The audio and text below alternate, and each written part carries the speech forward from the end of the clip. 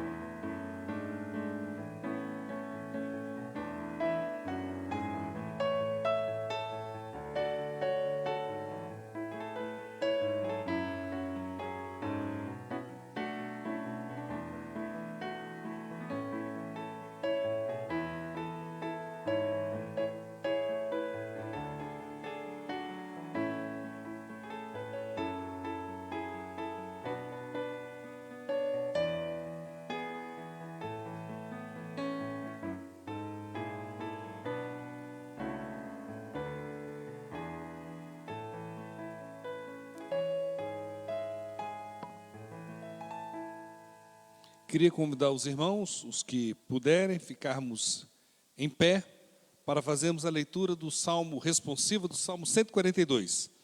Salmo, inclusive, que será motivo de reflexão no nosso domingo próximo à noite. Diz assim o poema de Davi: em alta voz clamo ao Senhor, elevo a minha voz ao Senhor, suplicando misericórdia.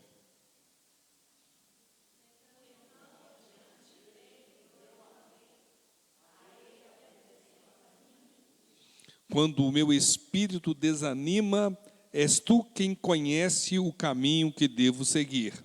Na vereda por onde ando, esconderam uma armadilha contra mim.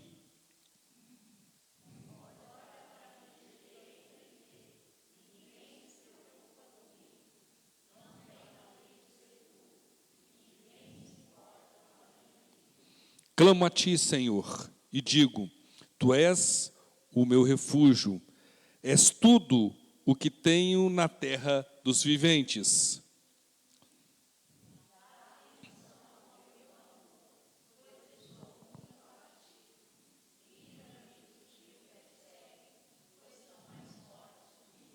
Liberta-me da prisão e renderei graças ao teu nome. Então os justos se reunirão à minha volta, por causa da tua bondade para comigo. Amém, queridos? Que Deus nos abençoe. Vamos louvar a Deus com a nossa irmã Júlia. Graça e paz, irmãos, amém? É muito gratificante estarmos aqui hoje, né? Podemos ter a oportunidade de cultuar o Senhor mais uma vez. E eu gostaria que vocês cantassem esse hino comigo. O nome é Em Fervente Oração.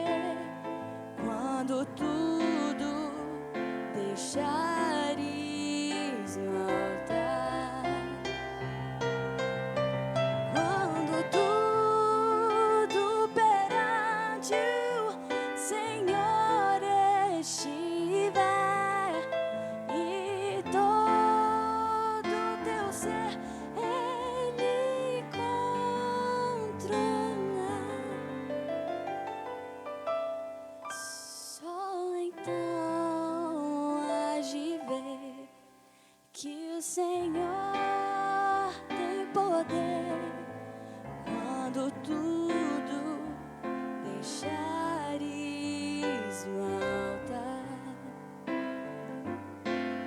Se orares, porém, sem o teu coração ter a paz que o Senhor pode dar.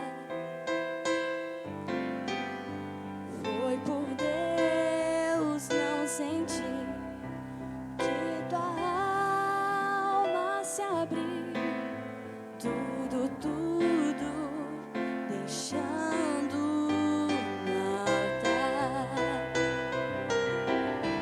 Quando tudo perante o Senhor estiver e todo teu ser Ele controlar, só então hás de ver que o Senhor tem poder quando tudo deixares no altar. Quando tudo deixares no altar.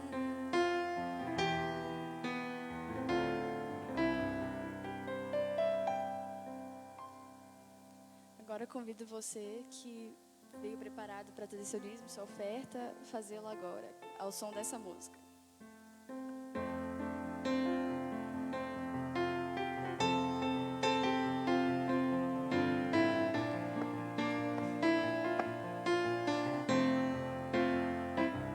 Já refúgio a glória eterna de Jesus, o Rei dos Reis. Breve os reinos deste mundo seguirão as suas leis. Os sinais da sua vinda mais se mostram cada vez. Vencendo, vem Jesus. Glória, glória, aleluia. Glória, glória, aleluia. Glória, glória, aleluia. Vencendo, vem Jesus. O clarim que chama os crentes, a batalha já soou. Cristo à frente do seu povo, multidões já conquistou. O inimigo em retirada, seu furor patenteou. Vencendo, vem Jesus. Glória, glória, aleluia. Glória, glória, aleluia. Glória, glória, aleluia. Vencendo, vem Jesus. E por fim entronizado, as nações há de julgar, todos grandes e pequenos, o juiz hão de encarar. E os remidos triunfantes em fulgor hão de cantar. Vencido tem Jesus. Glória, glória, aleluia. Glória, glória, aleluia. Glória, glória, aleluia. Vencendo, vem Jesus. Vencendo, vem Jesus.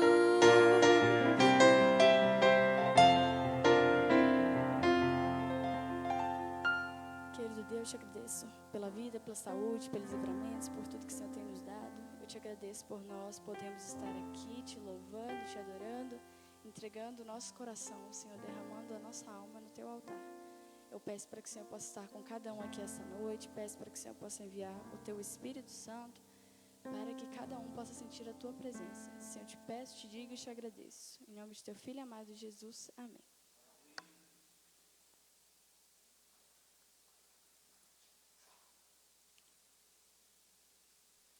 Muito bem. Eu não sei se há entre nós alguém que queira compartilhar algum agradecimento, algum pedido. Nós devemos agradecer a Deus pela vida da Guigui, que está completando aniversário hoje, o nosso irmão Warley, o sujeito mais provado na face da terra, né? Provação ali é mato. Agradecer a Deus pela vida do Arley e da Guigui, que é Didi. Gente, nós temos tanto que agradecer. É verdade. Não é verdade? Eu agradeço porque eu fui ao médico hoje, eu estou ótima, apesar das dorezinhas de idosos, que idosos têm. Já fez 18, né? É isso, 18. Né? 7, 8. Mas, graças a Deus, eu estou bem. Agora, o que nós temos que agradecer muito é a vida da nossa igreja, né? Aprendemos muito nesta semana. Foi bom, né? Muitas graças nós temos que dar a Deus por essa oportunidade que tivemos. E um alerta que eu queria fazer para a igreja é sobre um novo golpe que está aí, que inclusive uma irmã nossa da igreja caiu, entendeu? De mandar a minha foto para meu filho pedindo empréstimo, pedindo dinheiro, entendeu? Tipo assim, eu ligo para o pai dele com a foto dele pedindo, por favor, deposita tanto aí. Depois a gente conversa. Mas é uma lábia tão grande, entendeu? Que eu já vi 2 pessoas caindo, inclusive uma dessa igreja, tá? Isso é muito recente agora. Então, a gente tem que estar de olhos abertos, ouvidos atentos e sei lá mais o quê. Pedindo... Porque o inimigo está a 1000 por hora. Não é isso mesmo. De todos os lados. Então, temos que ter muito muito cuidado. Não é isso mesmo. E são tantas outras bênçãos, né? Deus é bom. É, muito bom. Isso. Irmã Leia. Eu também gostaria de compartilhar uma experiência ruim que eu tive, né? Ontem eu caí num golpe, a pessoa me ligou com a foto do meu filho e dizendo que tinha trocado o número do telefone, que ele teria que eu teria que mudar, né, o número. Por favor, mãe, sou eu. Muda o número aí, porque eu troquei, se você precisar falar comigo, a mesma voz dele, a foto dele. E, em seguida, me disse, olha, eu estou muito ocupado hoje, estou sem tempo para descer, você está no centro, faz um pagamento para mim? Eu falei, olha, que tipo de pagamento que é? Não, eu preciso fazer um pagamento para uma pessoa, eu te passo o nome, mãe. É R$3.000. Eu falei, você está doido? Eu não tenho R$3.000. Aí, e eu, na mesma hora, troquei o número do telefone, apaguei o número dele, e ele continuou, né? Ele falou, tá bom, mãe, então, pelo menos, né? Quanto que você tem aí hoje? Mas eu nem para desconfiar daquilo vendo a foto do meu filho. Eu falei, eu tenho só R$1.000 no banco que eu vou usar para o meu telhado lá, que eu estou fazendo mágica para não mexer nele, né? Aí ele falou, mãe, me arruma aí, depois eu te devolvo, tá? Mas passa aí por Pix. Eu falei, eu tenho dificuldade para passar, eu vou subir, então, pedir para a tua irmã para me ajudar, para poder passar. Subi no escritório da Amanda, e a Amanda não percebeu também, nem desconfiou. Só que, louvado seja Deus, foi uma transferência de caixa para caixa. E hoje eu passei o BO e fui muito bem atendida no banco. E a gerente me disse que daqui 3 dias ela me liga para me dar uma resposta, né? E se eu não conseguir em 3 dias, que é para eu ter paciência, acionar o banco, porque foi um estelionato, e ele deve me devolver. Amém. Então, eu dou graças a Deus, porque, como o pastor disse para mim na mensagem, Deus está no controle. É isso né? mesmo, Deus está no controle. Muito bem. Isso. Irmão Elcias ali, o Mateuzinho. Agradecer, né? A gente tem que agradecer a Deus por tudo que Ele tem feito, né? E pela a nossa conferência que nós tivemos semana passada sobre Israel, eu dou muito graças a Deus porque a gente vê através do povo de Israel e é uma história para nós também, é uma advertência para nós, né? Se nós andarmos no caminho do Senhor, apesar de a nossa carne muitas vezes, né, ter aquele conflito, mas é bênção para a nossa vida, né? A gente viu o caso do povo de Israel, quando eles obedeciam, o Senhor abençoava, né? É isso mesmo. Então, eu quero agradecer a Deus pela salvação em Cristo Jesus, que foi a maior riqueza que nós recebemos, né? Isso mesmo. Agradecemos pelo seu grande amor com nossas vidas. E é só agradecimento, só falo para a irmã que eu trabalho no Banco Brasil, pode ficar tranquilo, você vai receber seu dinheiro, tá? Não, porque o banco paga mesmo, o banco retorna, ele só espera só um tempinho para ver se está tudo, mas pode ficar tranquilo. E quando pedir dinheiro, primeiro liga a pessoa antes, para o filho, para não aceite. Eu também recebi outro dia, eu só dou gargalhada lá e deixo eles. Outro dia eu recebi uma assim, no Facebook. Gente, estão pedindo dinheiro em meu nome. Sou eu mesmo. Deposita, pelo amor de Deus. O brasileiro faz piada até com que não pode. Eu ri demais. Estão pedindo dinheiro em meu nome, sou eu mesmo. Alguém quer fazer mais algum pedido de oração? Patrícia. Só orar pela nossa cantata de Natal. Natal. Vai ser dia 15 às 7h30 aqui na igreja. E pedimos para os irmãos orarem muito, né? As crianças têm feito tão bem. Nossa, está tão linda. Está lindo mesmo. Mas o que a gente mais quer é que pessoas possam escutar do Evangelho, porque ela é evangelística, né? Amém. Então, que possamos convidar outras pessoas para virem, né, isso na mesmo. quarta-feira. Vai ser uma grande bênção. Com certeza. Domingo agora, nós vamos ter 5 batismos, né? Glória a Deus. Vamos ter ceia do Senhor. Estejam orando pelo culto de domingo. Vamos orar. Mireuza. É por uma família, a missionária Dorothy, ela trabalha na Convenção Mineira, né? Não sei se o pastor conhece. E o filho dela... Em Juiz de Fora, né? E o filho dela teve um acidente na casa dele. Ele com a família Com toda. a família toda, e foram queimaduras, eles sofreram muitas queimaduras, né? E as crianças estão muito mal. Estão no João 23, em Belo Horizonte, e ontem, no nosso grupo, um grupo lá de Belo Horizonte, eles disseram que as crianças estão em estado bem grave. Né? Um botijão de gás estourou dentro de casa, né? Na casa do filho da missionária. O rapaz novo, menino, deve ter uns 32, 33 anos. E as crianças pequenininhas. Bem pequenas, né? Muito triste. Vamos estar orando pela família. Muito bem lembrado. Muito bem. Mais algum?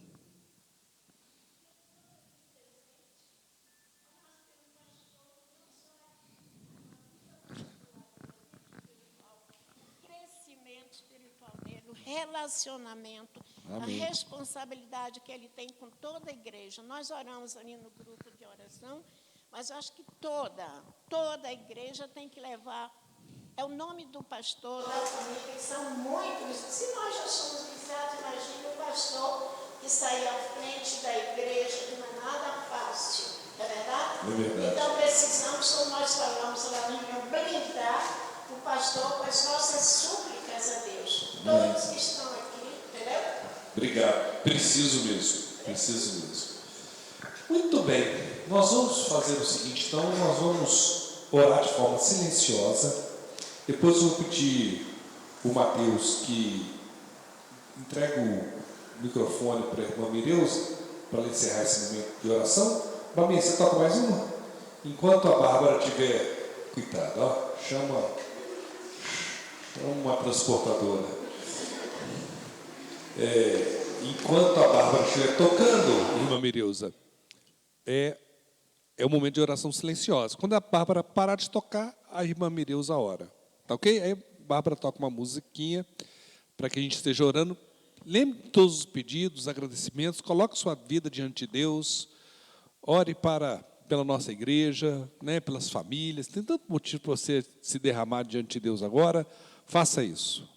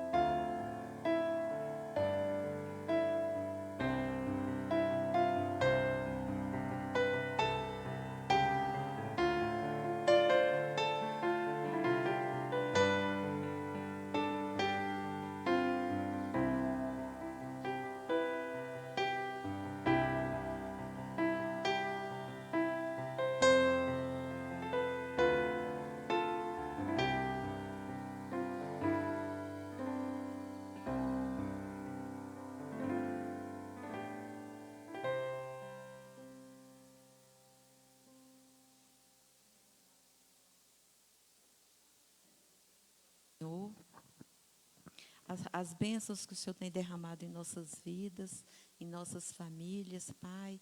O Senhor tem cuidado de nós a cada dia, Senhor.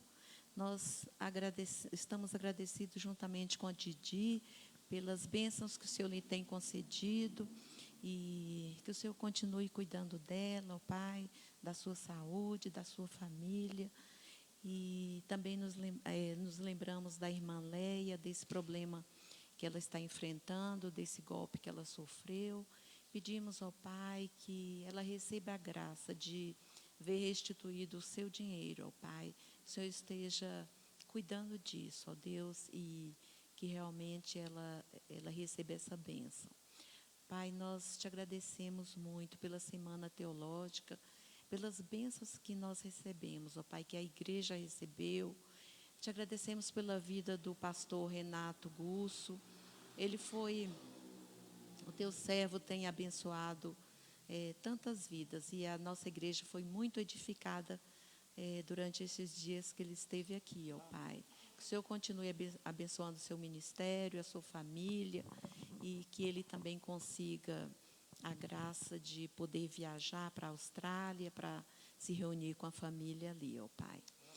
Ó Deus, eu coloco diante do Senhor também a vida daquela família que sofreu aquele grave acidente com queimaduras, ó Pai, especialmente pelas crianças, ó Deus, que estão num estado tão grave, que o Senhor coloque a tua mão de poder sobre elas, ó Pai. O Senhor cure, ó Deus, que o Senhor restaure a vida daquelas crianças, ó Pai, em nome de Jesus. Te peço também, ó Deus, por nossa igreja aqui, pelos ministérios da igreja, que o Senhor esteja abençoando, ó Pai, e fazendo frutificar esses ministérios aqui.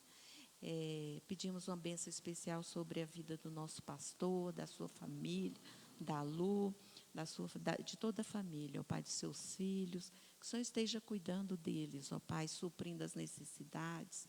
E, ó Pai, nós sabemos que Satanás não está satisfeito com o trabalho aqui na igreja, ele procura investir mesmo, enviar setas malignas, ó Pai, mas que o Senhor esteja, ó Pai, cuidando, blindando essa família. Nós confiamos no Senhor e colocamos as suas vidas em tuas mãos, ó Pai. Abençoa também o estudo que nós vamos ter agora. Em nome de Jesus. Amém. Amém. Muito bem. Queridos, nós estamos, então, numa caminhada em Romanos. Eu vou dar uma recapitulada, porque semana passada nós demos um pit stop por causa da Semana Teológica, que foi uma bênção muito grande, né? O retorno que eu tive da igreja foi o melhor possível.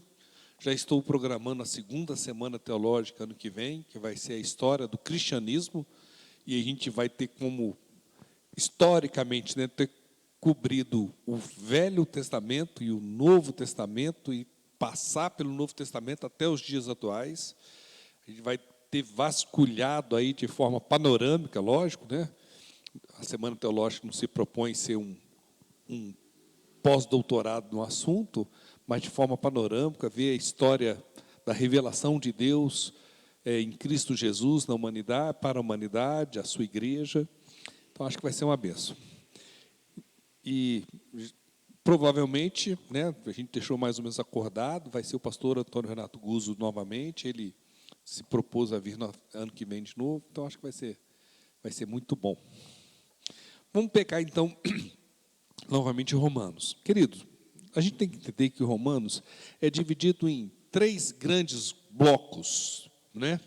Do capítulo 1º ao 8º, Paulo demarca o seu tratado teológico, onde ele mostra que o homem, tanto judeu quanto gentio, todos pecaram, né? E ele faz essa distinção que todos pecaram, todos carecem da graça de Deus, precisam ser justificados, e ele vem tratando isso, mostrando, culminando no capítulo 8, mostrando como Deus soberanamente age na história para a redenção da humanidade, mostrando a questão da justiça de Deus, que Deus é justo e a justiça dele é realizada em Cristo Jesus para que não fosse realizada sobre nós.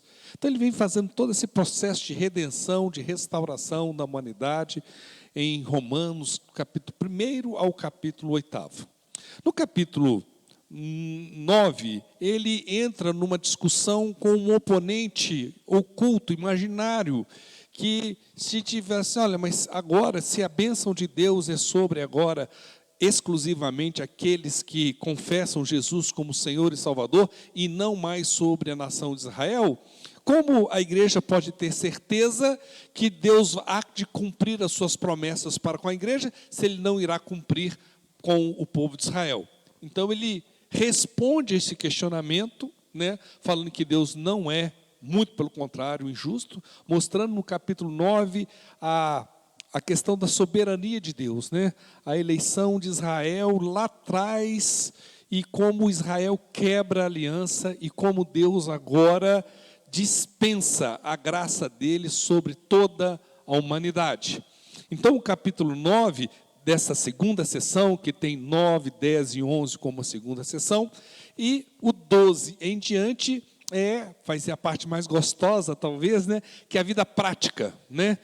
No capítulo 16, a gente tem, na realidade, uma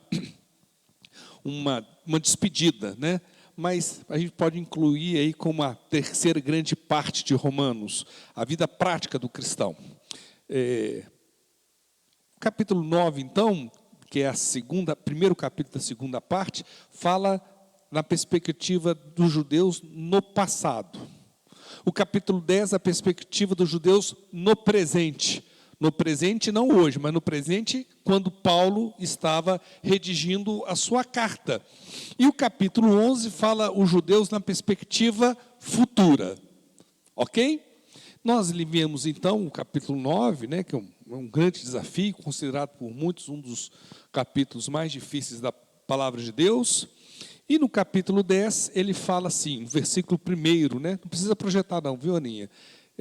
Irmãos, o desejo do meu coração e a minha oração a Deus pelos israelitas é que eles sejam salvos, né? Falando no presente momento. Ele estava falando lá do passado, e no capítulo 10, ele começa a falar assim, olha, minha oração agora, o meu desejo agora é que os meus irmãos israelitas sejam salvos, né? E ele fala que a lei não é capaz mais de salvar ninguém. E ele fala assim, porque o fim, no versículo 4 do capítulo 10, porque o fim da lei é Cristo. O fim da lei é Cristo. E esse fim, a palavra no original é telos. E a palavra telos no grego significa o cumprimento. Poderia ser, porque o cumprimento da lei é Cristo, também estaria certo. Ou término também, telos pode ser traduzido como término, cumprimento, fim, e eles escolheram a palavra fim, mas não estaria errado se a gente falasse assim, porque o cumprimento da lei é Cristo, para a justificação de todo que nele crê. A partir de então, ele começa lá no versículo 9, um texto que é usado muito para explicar o plano da salvação, versículo 9, se você confessar com a sua boca que Jesus é Senhor, e crer em seu coração que Deus ressuscitou dentre os mortos, será salvo. Pois com o coração se crê para a justiça e com a boca se confessa para a salvação. E nós vimos aí todas as implicações de cada um dos termos. Crer, coração, ressuscitou, Senhor, morto, salvo. Nós vimos termo por termo semana retrasada. E paramos no versículo 10. Lembrando aqui que o capítulo 10, então, ele diz respeito ao judeu na época presente e que Paulo estava escrevendo. Ele continua, então. Vamos, versículo 10, então, Aninha. Como diz a Escritura, todo o que nele confia jamais será envergonhado. O que ele está falando para o judeu? Que todo o judeu que nele confia jamais será envergonhado? É isso que ele está falando? Não. Ele está falando todo é qualquer pessoa, né, irmã? Qualquer pessoa. Ele está mostrando que não existe mais divisão de nacionalidade mais para com o judeu. Ele está falando que, olha, lá no passado Deus escolheu Israel, mas Israel quebrou a aliança. Agora a aliança de Deus é com a igreja de Jesus Cristo. Todo aquele que confessar Jesus Cristo será salvo. Não existe mais a prerrogativa de uma aliança com uma nação.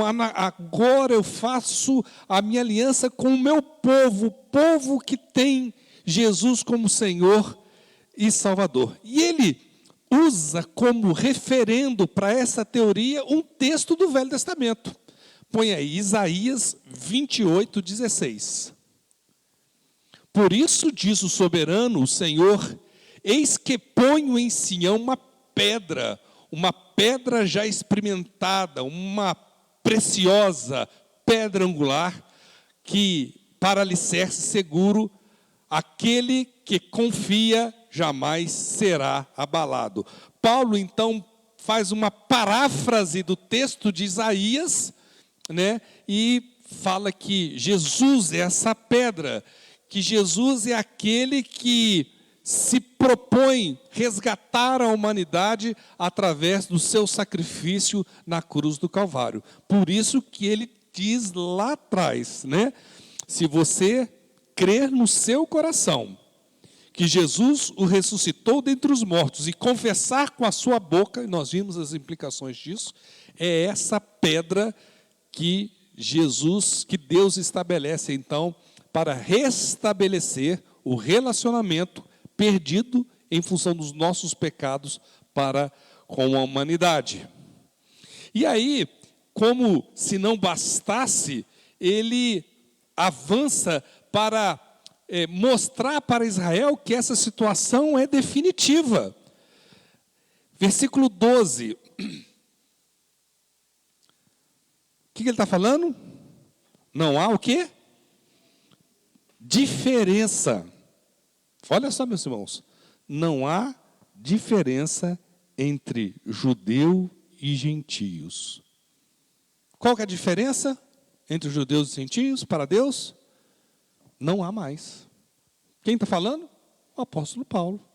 Não há diferença entre judeus e gentios.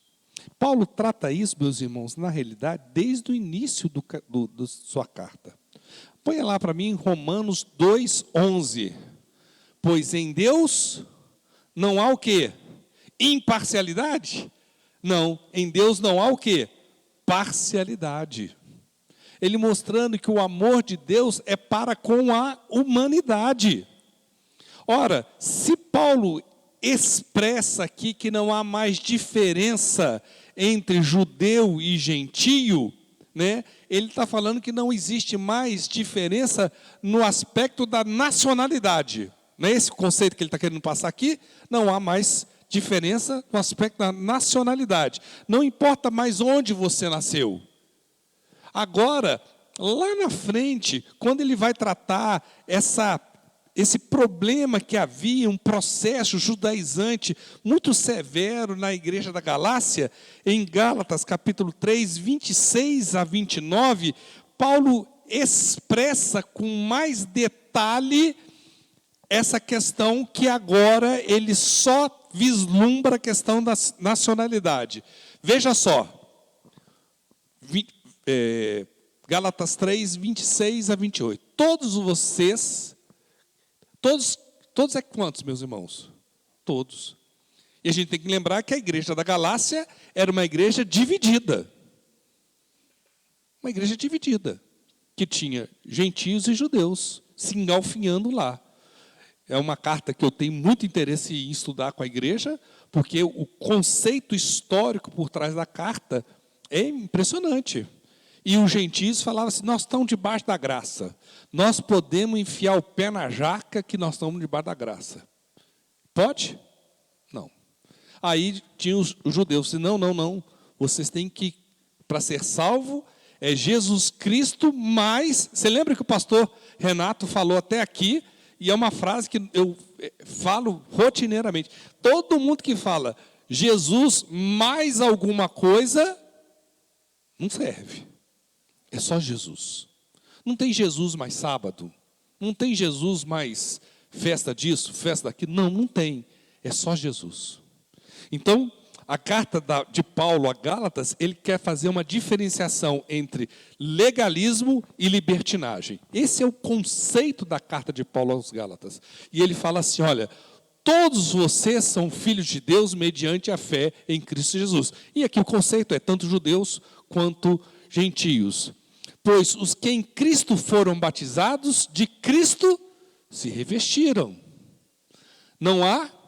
Olha só, ele faz 3 divisões, meus irmãos.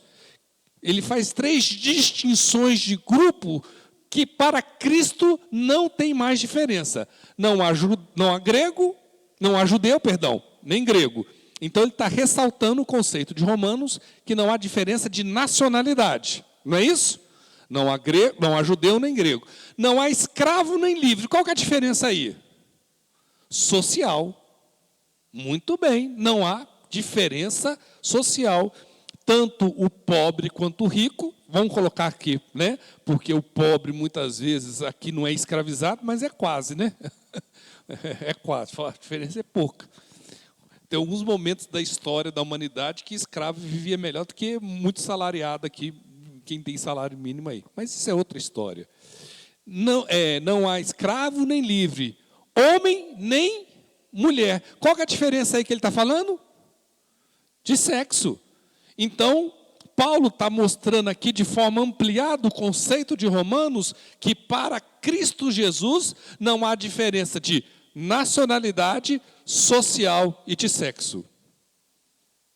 O valor para Deus, o sangue de Jesus derramado na cruz do Calvário, tem o mesmo valor para o judeu, para o gentio, tem o mesmo valor para o rico, para o pobre, tem o mesmo valor para o homem e para a mulher.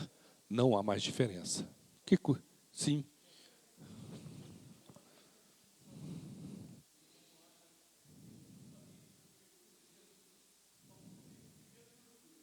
Sim.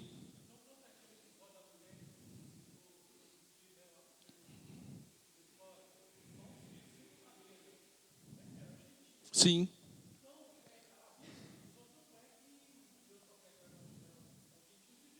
Sim. Uma régua nisso. E não é só Paulo, não. Vamos abrir a Bíblia aí, irmão, em João, capítulo 1, verso 11. João 1, 11. Se você achar aí, Aninha, me ajuda aí. Não, 1, 11. Olha a resposta aí, irmão. A resposta joanina, teologia joanina clássica sobre esse aspecto. Quem que veio? Ele está falando, no princípio era o verbo, o logos de Deus, né? A ordem do universo, né? João se apropria do conceito de Heráclito, do 6º século antes de Cristo, e fala assim, olha, a ordem que os gregos, os filósofos acham que existe no mundo, esse logos é o Deus. E esse Deus é Jesus Cristo. Ok? No princípio era o verbo estava com Deus, o verbo era Deus. E tudo que foi feito por intermédio dele. Ok? Esse é a tese que João, lança no seu evangelho. João 1, 1 e 2. Ele usa todo o resto do evangelho para explicar essa tese. E ele fala assim, veio para o que eram os seus, mas os seus não receberam. Que ele fala assim, Jerusalém, Jerusalém, você que mata os profetas, quantas vezes eu quis.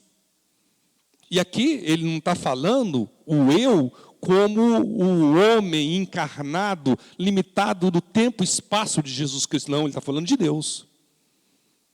Eu quis juntar você como a galinha junta os seus pintinhos, mas vocês não quiseram. Então, a quebra da aliança se dá, é exatamente isso, irmão, que o apóstolo Paulo mostra no capítulo 9.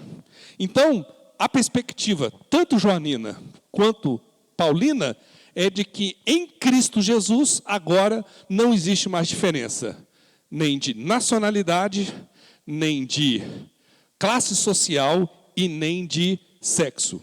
Homem e mulher têm o mesmo valor. Ok? Podemos continuar? Na realidade, está se cumprindo aqui, meus irmãos. Eu acho que muitas vezes a gente não tem esse discernimento, algo que surgiu, e eu estava até brincando com o pastor Renato Gusso sobre essa perspectiva, que é Gênesis, do capítulo 1 ao capítulo 11, a gente poderia classificar assim, de forma quase como uma brincadeira entre cristãos, né, maduros, que é o prefácio da Bíblia. Né? E a revelação se dá a partir do capítulo 12, quando Deus levanta Abraão para a restauração da humanidade. Capítulo 1 ao capítulo 11 cobre milhares de anos, né? E ali, em capítulo 12, começa então uma revelação particular de Deus para a humanidade. E no versículo 3 do capítulo 12, ele diz o seguinte: abençoarei os que o abençoarem e amaldiçoarei os que o amaldiçoarem.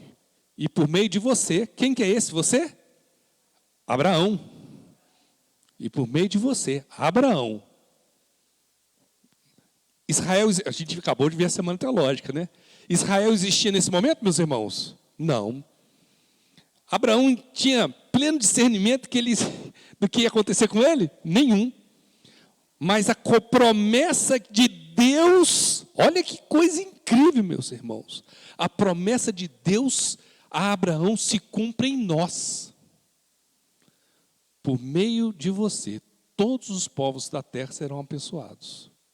Porque é dele que nasce, então, uma descendência.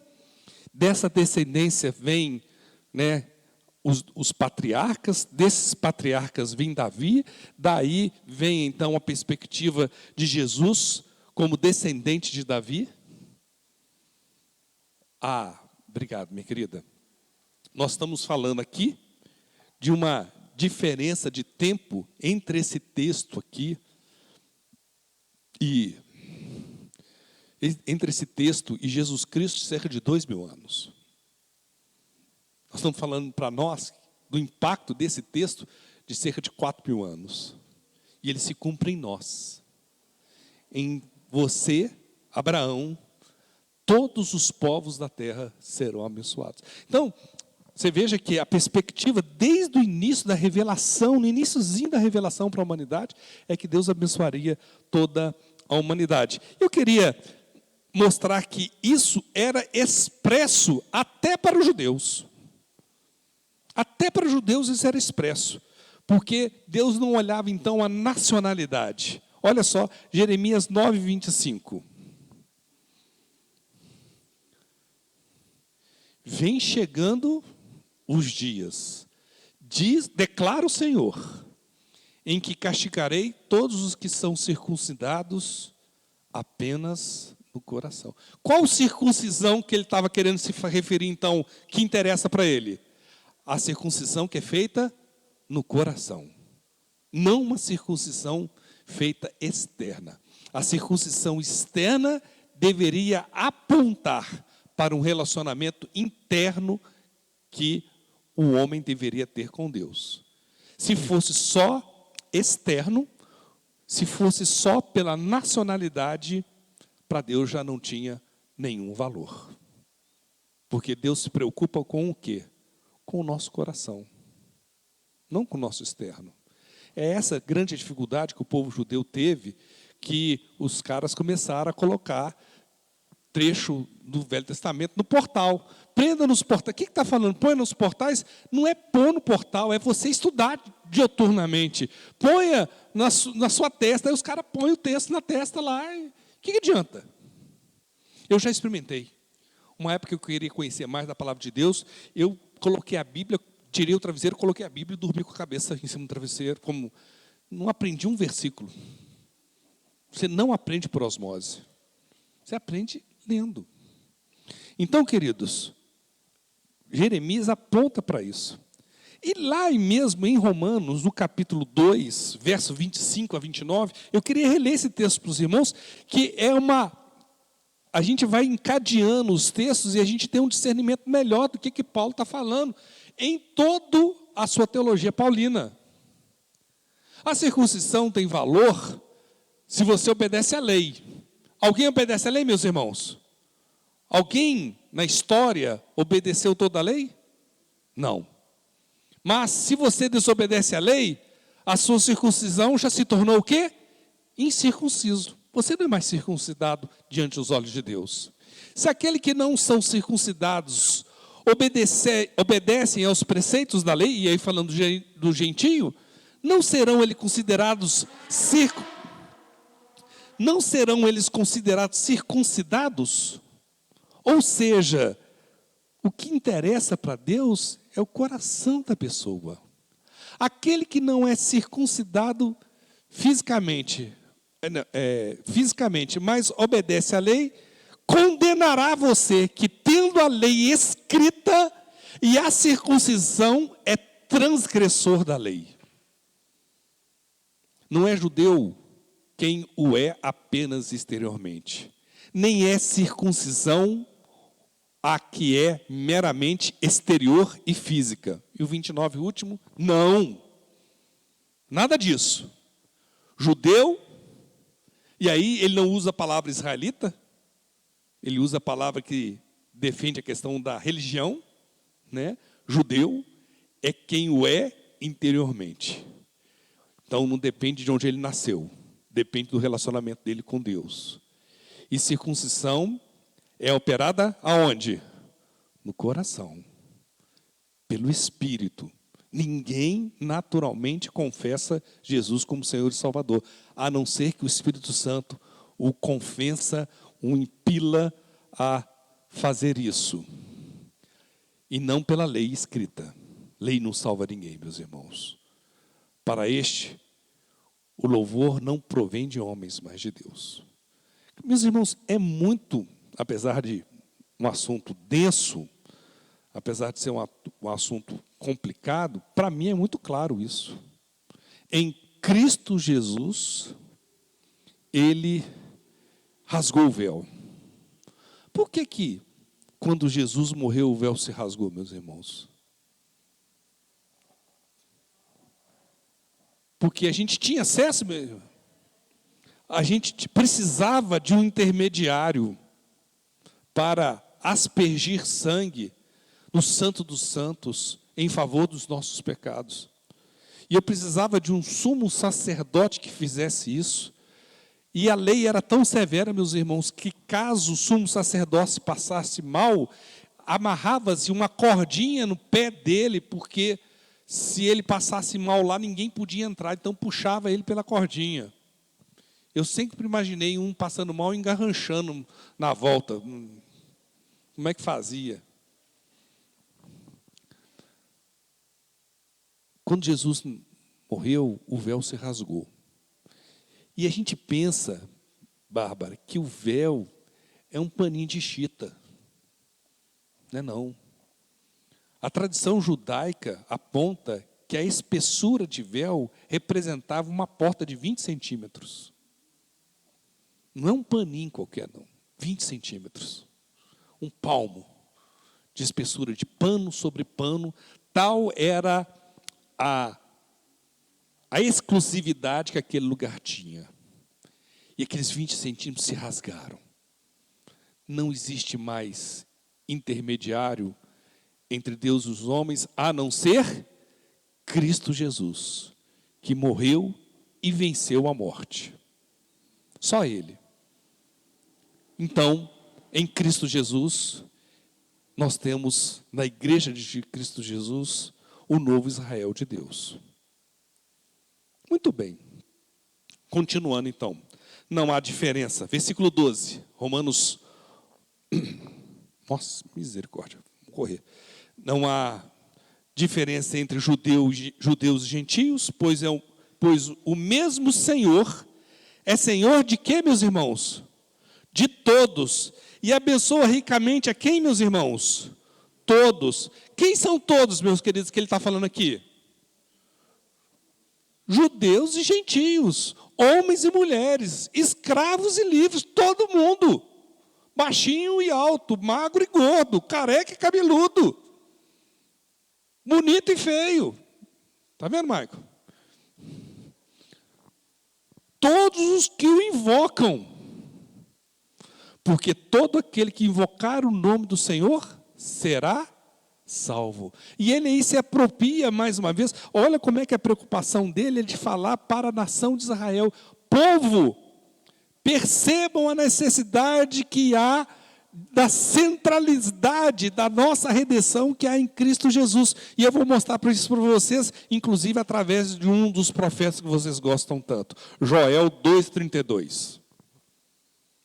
E todo aquele que invocar o nome do Senhor será salvo.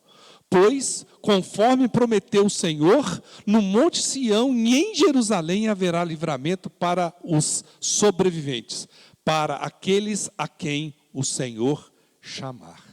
Paulo, então, meus irmãos, a gente tem que entender que Paulo é uma mente brilhante. Inspirado pelo Espírito Santo, ele se apropria dos textos dos Velhos Testamentos e mostra que todos esses textos, na realidade, têm uma centralidade em quem? Em Cristo Jesus. Para a redenção da humanidade. Eu não ouvi. Exatamente. Por isso que ele fala que o coração crê e a boca confessa. Exatamente, meu irmão. Muito bem. Versículo 14. E aí, esse texto, o 14, o 15, né? Ele é o tema talvez mais utilizado na Bíblia para a campanha de missões. Né? Vamos ler. Como, pois, invocarão aquele em quem não creram? E como crerão naquele em que não ouviram falar? E como ouvirão se não houver quem pregue? 15. E como pregarão se não forem enviados? Como está escrito, como são belos os pés dos que anunciam boas novas. É o texto áureo de toda a campanha de missões. E está errado usar esse texto para a campanha de missões? Não, não está errado. Mas Paulo está falando aqui do que ele fez pelo povo de Israel. Toda viagem missionária que Paulo chegava numa cidade diferente, ele procurava confusão numa sinagoga. Eu falo, Paulo gostava de uma confusão. Eu queria estar lá com Paulo e dizer, Paulo, mas de novo, vamos caçar uma praça, fazer um culto na praça, na casa de uma irmã aí. Não, nós vamos lá na sinagoga, mas semana passada nós levamos pedrada. E ele ia na sinagoga, anunciar exatamente essa mensagem. E ele fala assim, meus irmãos, como é que vocês invocarão se vocês não creem? Eu estou proclamando para você, povo de Israel, hoje eu estou falando uma mensagem que pode mudar a sua vida. Não é pela sua nacionalidade, é pelo seu relacionamento com Deus. Como invocarão em quem não creram? Eu estou anunciando para vocês. Como crerão se não ouviram falar? Eu estou falando para vocês. E como ouvirão se não há quem pregue? Eu estou pregando para vocês. E como pregarão se não forem enviados? A igreja de Jesus Cristo me enviou. A igreja de Jesus Cristo enviou. E as duplas missionárias foram espalhadas pelo mundo. E Paulo, de forma maravilhosa, foi o maior implantador de igreja que nós temos notícia. Como são os belos. Ele aí se apropria do texto de Isaías 52, 7. 52, não é 32 não, 52.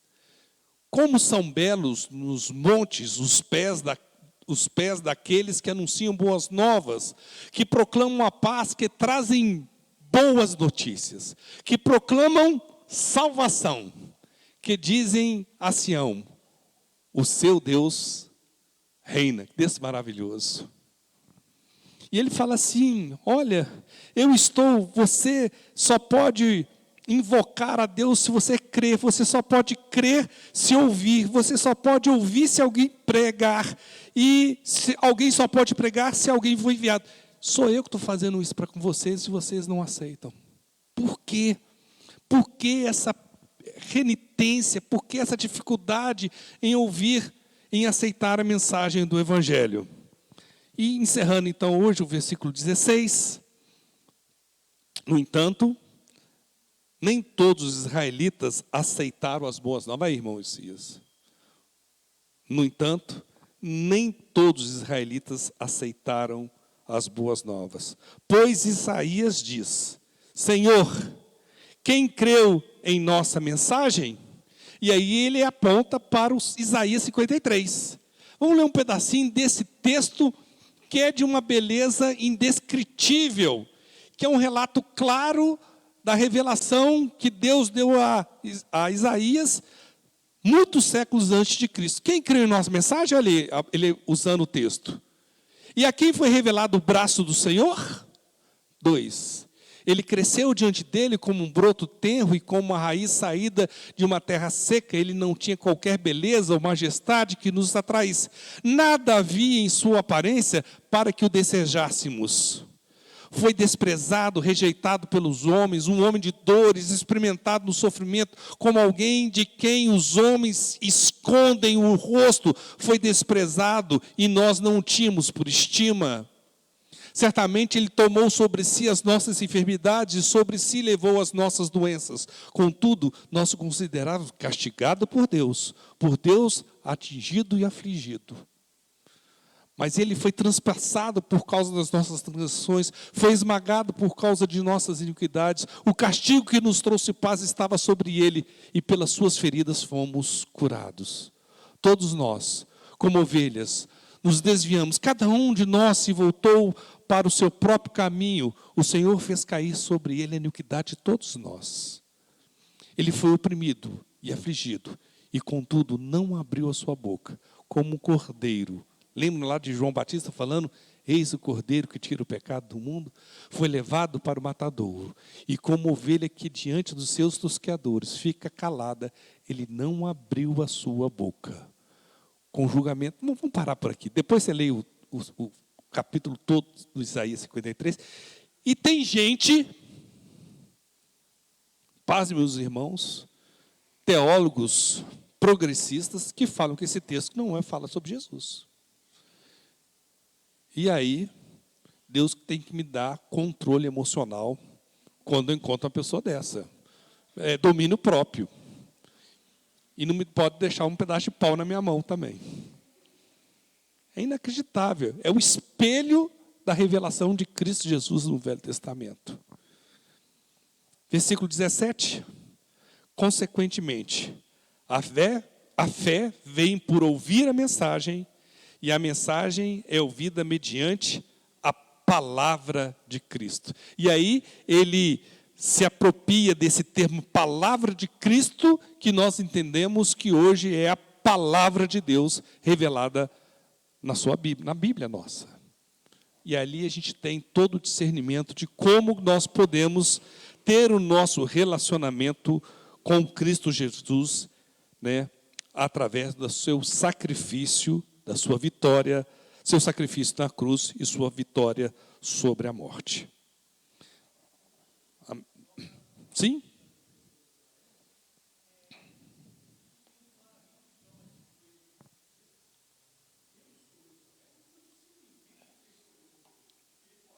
Sim, de forma soberana.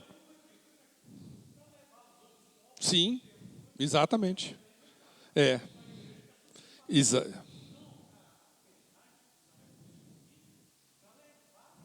Sim.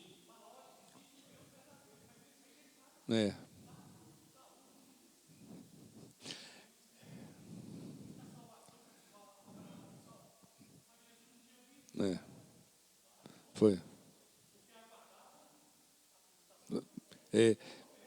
Lá em Hebreus 11, ele fala que ele não viveu para ver o que ele tinha fé, né? É uma coisa maravilhosa, Hebreus 11, né?